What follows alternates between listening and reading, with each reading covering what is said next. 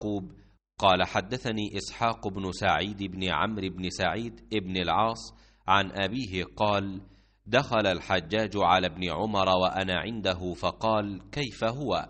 فقال صالح. فقال من أصابك؟ قال أصابني من أمر بحمل السلاح في يوم لا يحل فيه حمله، يعني الحجاج। इसहाक बिन सईद बिन उमरो बिन सईद बिन आस ने अपने बाप से बयान किया, उन्होंने कहा कि हज्जाज अब्दुल्लाह बिन उमर रदियल्लाहु अन्हु के पास आया, मैं भी आपकी खिदमत में मौजूद था। हज्जाज ने मिजाज पूछा। अब्दुल्लाह बिन उमर रदियल्लाहु अन्हु ने फरमाया कि अच्छा हूँ। उसने पूछा कि आपको ये बर्छा किसने मारा?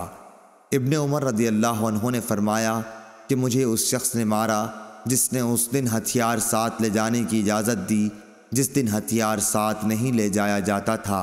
आपकी मुराद हज्जाज ही से थी।